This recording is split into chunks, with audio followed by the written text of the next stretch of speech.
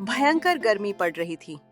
तेज धूप और गर्म हवाओं ने लोगों का घरों से निकलना मुश्किल कर दिया था। लेकिन माधव की जिंदगी में मौसम से भी बड़ी तपिश थी। गांव में रहने वाला माधव पिछले 3 महीनों से अपनी मजदूरी के लिए भटक रहा था, लेकिन उसे उसका हक नहीं मिल रहा था। जमींदार जी, 3 महीने हो गए हैं मेरी मजदूरी रुकी हुई है। अगर आज पैसे मिल जाए तो बड़ी मेहरबानी होगी। अरे माधव, तुम फिर आ गए। मैंने कहा था ना, थोड़ा इंतजार करो। अभी मेरे पास पैसों की बहुत तंगी चल रही है। तुम्हें अभी कुछ दिन इंतजार करना पड़ेगा। मैं आपकी परेशानी समझता हूँ, लेकिन घर की हालत बहुत खराब है। घर का खर्च चलाना भी मुश्किल हो रहा है। देखो माधव, मैं तुम्हारी मदद करना चाहता हूँ, लेकिन इस समय हाथ थोड़ा तंग है। बस कुछ दिन और रुक जाओ। मालिक, पिछले 3 महीनों से यही सुन रहा हूँ। हर बार आप कहते हैं कुछ दिन और। मेरे पास राशन तक लाने के पैसे नहीं हैं। आखिर मैं कब तक इंतजार करूं? माधव, इतनी चिंता क्यों करता है? तेरे पैसे कहीं भाग नहीं रहे। समय आने पर एक एक पैसा मिल जाएगा। अब रोज रोज यहाँ आकर मुझे परेशान मत कर। अब जा यहाँ से, मुझे और भी काम करने हैं। इतना कहकर जमींदार अंदर चला गया। माधव वहीं खड़ा रह गया। उसकी उम्मीदें एक बार फिर टूट चुकी थीं। भारी मन से वो वहां से वापस लौट पड़ा। रास्ते भर उसके मन में चिंता और निराशा के विचार उमड़ते रहे। उसे समझ नहीं आ रहा था कि अब अपने परिवार का खर्च कैसे चलाएगा।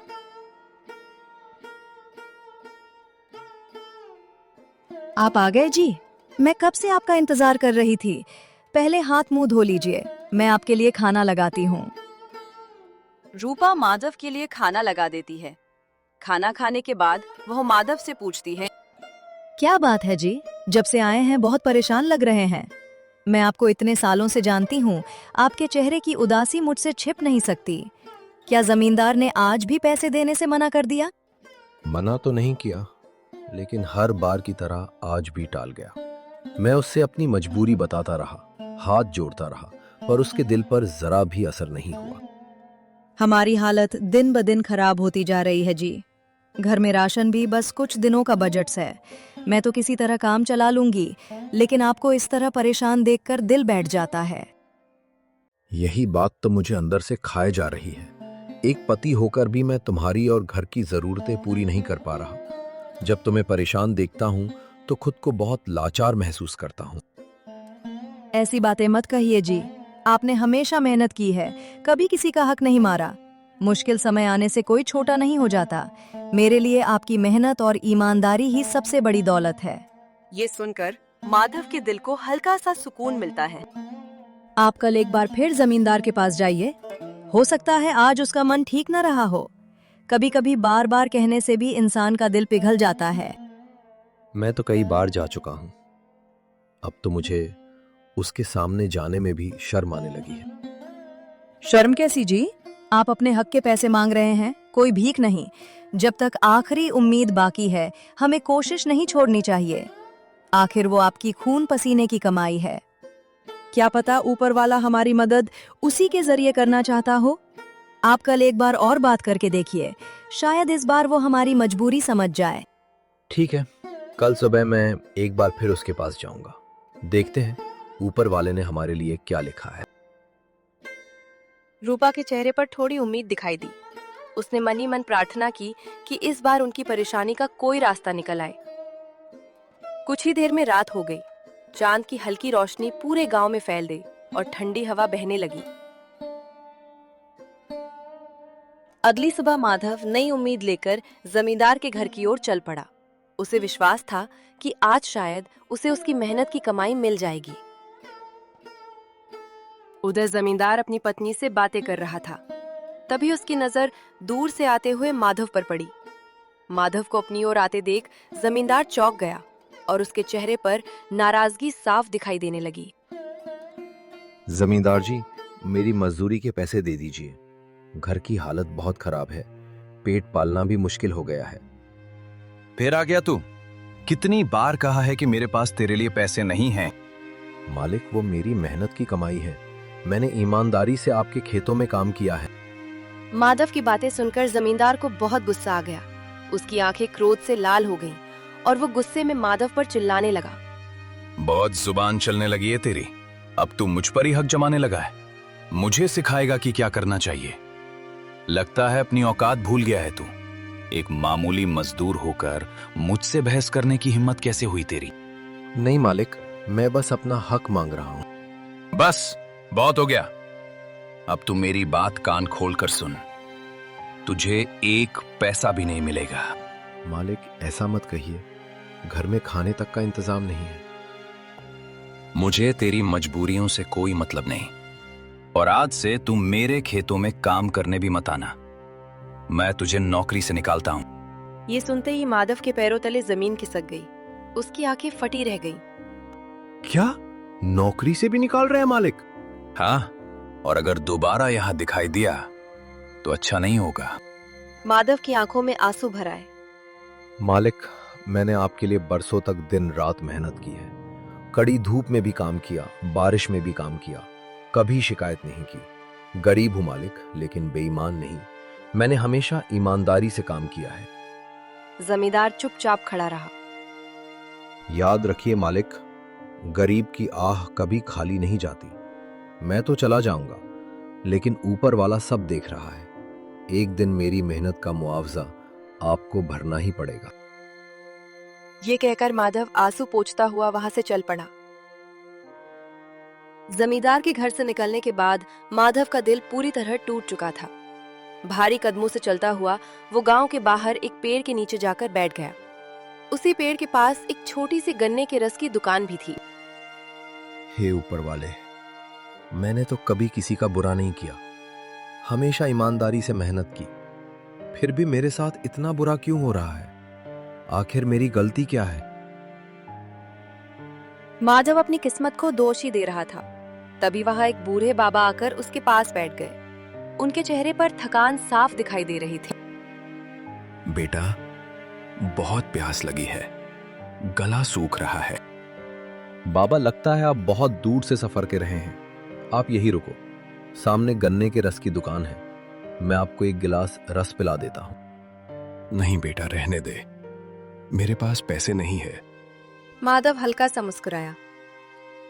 बाबा, मैं भी कोई अमीर आदमी नहीं हूं, लेकिन इतना गरीब भी नहीं हूं कि एक प्यासे इंसान की प्यास न बुझा सकूं।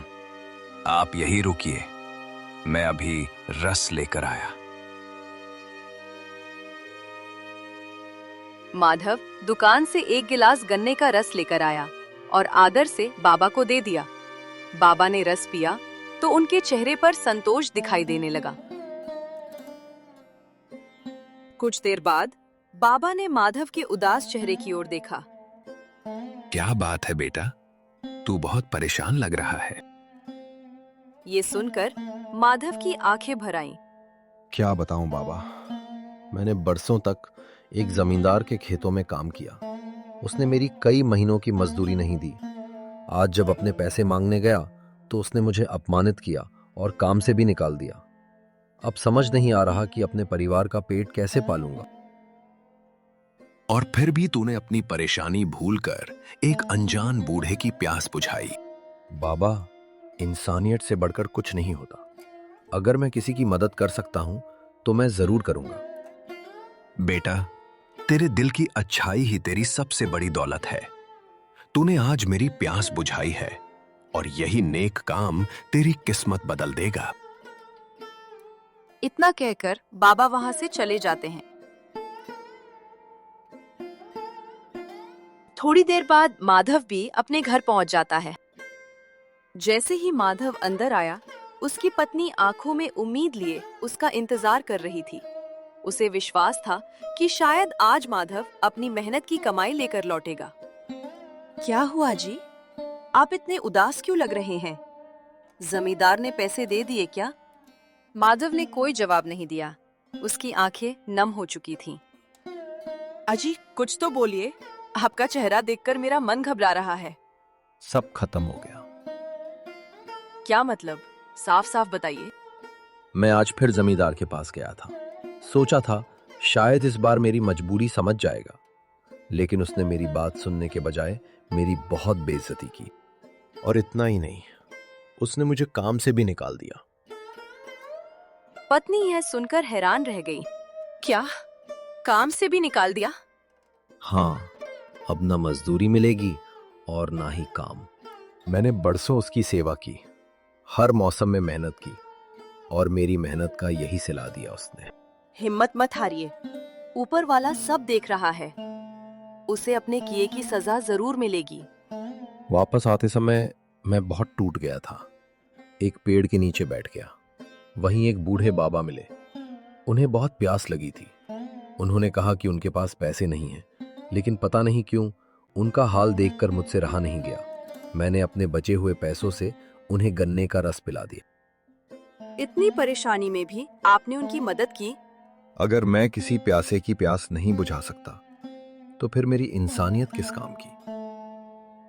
फिर बाबा ने क्या कहा? उन्होंने मेरी सारी परेशानी सुनी। फिर बोले कि बेटा, तूने मेरी प्यास बुझाई है, और यही चीज एक दिन तेरी किस्मत बदल देगी। कुछ पल के लिए कमरे में खामोशी छा गई। फिर पत्नी के चेहरे पर जैसे कोई विचार आया। अजी, अगर मैं एक बात कहूं तो, आपने कहा ना कि आपने बाबा को गन्ने का रस पिलाया था, तो क्यों ना हम खुद गन्ने के रस की दुकान शुरू करें? माधव हैरानी से उसकी ओर देखने लगा। दुकान? लेकिन उसके लिए पैसे कहां से आएंगे? हमारे पास तो इतना भी नहीं कि शुरुआत कर सकें। रूपा हल्का सा मुस्कुराई। मेरे पास थोड़ी बचत है। मैंने कई सालों से थोड़ा थोड़ा करके कुछ पैसे जोड़ कर रखे थे। सोचा था किसी बड़े संकट में काम आएंगे। तुमने पैसे बचा के रखे थे? हाँ, बहुत ज्यादा तो नहीं है, लेकिन शुरुआत करने के लिए काफी है। लेकिन अगर दुकान नहीं चली तो? और अगर चल गई तो? जब ऊपर वाला एक रास्ता बंद कर देता है, तो दूसरा रास्ता खोल देता है। शायद यही हमारा नया रास्ता हो। आप मेहनती हैं। मुझे पूरा विश्वास है कि आपकी दुकान जरूर चलेगी। शायद तुम ठीक कहती हो। उस रात माधव और उसकी पत्नी देर तक अपनी नई शुरुआत के बारे में बातें करते रहे। दोनों के मन में कई सवाल थे, लेकिन साथ ही एक नई उम्मीद भी थी। देखते ही देखते रात बीत गई। अगली सुबह माधव बहुत जल्दी उठ गया। कई दिनों बाद उसके चेहरे पर उम्मीद दिखाई दे रही थी। उसने और उसकी पत्नी ने मिलकर गन्ने सजाए, रस निकालने की मशीन तैयार की और सड़क किनारे अपनी छोटी सी गन्ने के रस की दुकान लगा ली। पता नहीं क्यों मुझे बहुत डर लग रहा है। दुकान तो लगा ली है, लेकिन अगर एक भी ग्राहक नहीं आया तो? ऐसी बातें मत सोचिए। आपने मेहनत और ईमानदारी से शुरुआत की है। ऊपर वाले ने चाहा तो सब ठीक होगा। आइए, ठंडा मीठा ताजा गन्ने का रस पी लीजिए। गर्मी भगाइए और एक गिलास रस का मजा उठाइए। धीरे धीरे लोग वहां से गुजरने लगे। कुछ लोग दुकान की तरफ देखते और आगे बढ़ जाते। कई घंटे बीत गए, लेकिन एक भी ग्राहक रस पीने नहीं आया। माधव का मन फिर से उदास होने लगा। लगता है मेरी किस्मत यहाँ भी मेरा साथ नहीं दे रही। ऐसा मत कहिए, नई दुकान है, लोगों को समय लगेगा। तभी एक राहगीर वहां आकर रुका। भैया, एक गिलास गन्ने का रस देना। माधव ने तुरंत मुस्कुराते हुए ताजा रस निकालकर उसे दे दिया। आदमी ने रस का एक घूंट पिया, फिर दूसरा घूंट लिया। अचानक उसके चेहरे पर मुस्कान आ गई। अरे वाह, ऐसा मीठा और ताजा गन्ने का रस तो मैंने बहुत दिनों से नहीं पिया। माधव और उसकी पत्नी एक दूसरे की ओर देखने लगे। फिर वह आसपास खड़े लोगों की तरफ मुड़ा। अरे भाई, तुम लोग भी एक बार यहाँ का रस पीकर देखो। इतना अच्छा रस पूरे गांव में कहीं नहीं मिलेगा। उस आदमी की बात सुनकर कुछ और लोग दुकान की तरफ आने लगे। उन्हें वो जूस बहुत बढ़िया और स्वादिष्ट लगा। अरे भाई, ये तो सच में बड़ा स्वादिष्ट गन्ने का रस है। जिस आदमी से मैंने पहले रस पिया था, उसके रस में तो खूब मिलावट थी, लेकिन तुम्हारा रस तो एकदम शुद्ध है। ये सुनकर माधव की खुशी का ठिकाना नहीं रहा। देखते ही देखते माधव की दुकान पर ग्राहकों की भीड़ लगने लगी। हर कोई उसके गन्ने के रस की तारीफ कर रहा था। ये देखकर माधव की खुशी का ठिकाना नहीं रहा। उसे यकीन नहीं हो रहा था कि जिस दुकान को लेकर वो सुबह तक डर रहा था, वही दुकान अब उसकी नई उम्मीद बन चुकी थी। रात हो चुकी थी। दिन भर की मेहनत के बाद माधव और उसकी पत्नी घर लौट आए। आज दोनों के चेहरों पर कई दिनों बाद सुकून और खुशी दिखाई दे रही थी। देखा जी, मैंने कहा था ना, हमारी मेहनत खाली नहीं जाएगी। सच कहती हो। सुबह मैं कितना डरा हुआ था, लेकिन लोगों ने जिस तरह हमारे गन्ने के रस को पसंद किया, उसे देखकर मेरा सारा डर दूर हो गया। आज पहली बार लगा कि हमारी जिंदगी फिर से पटरी पर आ सकती है। अगर तुम मेरा हौसला न बढ़ाती तो शायद मैं कभी ये दुकान शुरू ही नहीं कर पाता। हम पति पत्नी है जी, सुख दुख में एक दूसरे का साथ देना ही तो हमारा फर्ज है। आज जब दुकान पर इतने लोग आए तो मुझे लगा जैसे ऊपर वाले ने हमारी पुकार सुन ली हो। ये तो बस शुरुआत है। अगर हम इसी तरह मेहनत करते रहें तो एक दिन हमारी दुकान पूरे इलाके में मशहूर होगी। मैं भी अब जी जान लगाकर मेहनत करूंगा। मैं चाहता हूं कि हमारे बच्चों को कभी उन मुश्किलों का सामना न करना पड़े जो हमने किए हैं। मुझे आप पर पूरा भरोसा है। आपकी मेहनत और ईमानदारी ही एक दिन हमारी सबसे बड़ी ताकत बनेगी। आज बहुत दिनों बाद दिल को सुकून मिला है। अब बस यही दुआ है कि हमारी मेहनत यूं ही रंग लाती रहे। दोनों के चेहरे पर संतोष की मुस्कान थी। उन्हें नहीं पता था कि आने वाले दिनों में उनकी गन्ने की रस की छोटी सी दुकान पूरे इलाके में मशहूर होने वाली थी।